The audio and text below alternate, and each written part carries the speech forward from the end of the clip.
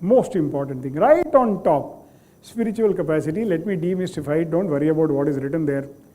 Is there something that drives you? Is there something because of which you are working?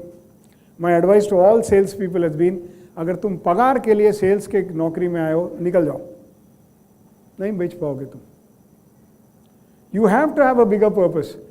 You have to find joy in the customer's face. I wrote this book, Discovering the Joy of Selling. My guru, Professor Abraham Koshi of IIM Ahmedabad, wrote the foreword, and he told me after writing the foreword, do you know why I agreed to write the foreword? Because you wrote the book as a salesman who enjoys selling. I said, sir, the protagonist does not discover joy when he sells. He discovers joy when the customer tells him, you made my day.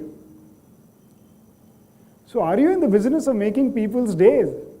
If you're not in the business of making people's day, don't sell. If you're not in the business of making people healthy, you probably should be out of the medical profession.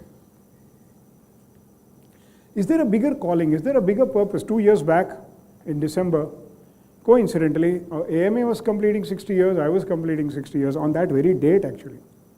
And I talked about living with a purpose.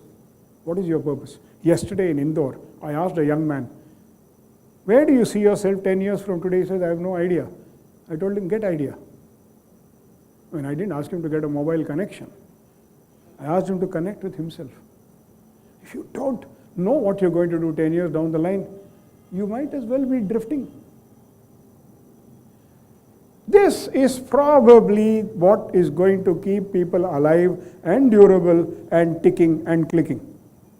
Physical fitness rahega, mental fitness rahega, emotional fitness bhi aa jayega with a certain amount of practice. It's not easy. Taking the rough with the smooth. But most importantly, if you do not have a big cause that drives you at work or whatever you do, you may probably never be wanting to, then you will feel that there is some pain here, there is some pain there, and then that is what starts stopping you. There are people who are 80 plus who are very active. Fauja Singh was running even when he was 100 years old. What is it that makes people run? He may not have been physically the fittest man in the world, but spiritually he was probably well connected. Think about it, because I think most people tend to think spirituality ka matlab hai some mumbo jumbo, some jadoo mantra, some slok bolna, some recitation of mantras, nothing. How well do you delve into your deepest values and look at why you came on earth? I am fortunate. I got a signal that I should work for the betterment of salespeople in the country. I do that. I run a movement called Awards, a wave of awareness for regaining dignity for the salesperson. Because I feel that the salesperson doesn't think proud, doesn't feel proud of himself. So I'm only working with one simple cause. I go to B schools, I teach youngsters to fall in love with sales. Because if they fall in love with sales, they'll take up sales jobs. If they take up sales jobs, products will sell. If products will sell, our GDP will go up. You don't have to look at any other country to go and study or find jobs. Then we'll actually have people coming to India. The Prime Minister may have a slightly different way of looking at it. All I'm trying to tell you is there something that drives you? Every morning I arise. All of us do. Lord Swami Vivekananda also said, no, arise. For me, arise is Achal Rangaswamy's initiative for sales excellence.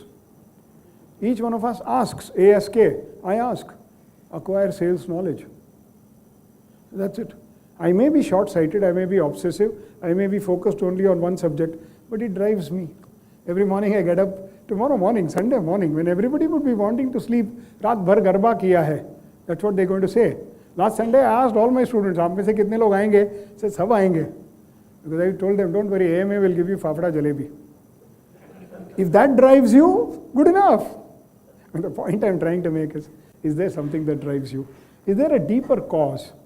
When you build spiritual capacity, you will step off that treadmill, वो जो machine चल रही है ना continuously आपको pressure में डालते हुए, उससे आप नीचे उतरेंगे. You will stop for a minute to think, to reflect. You will oscillate between high pressure and quick recovery. You will regain that energy, you will regain that strength.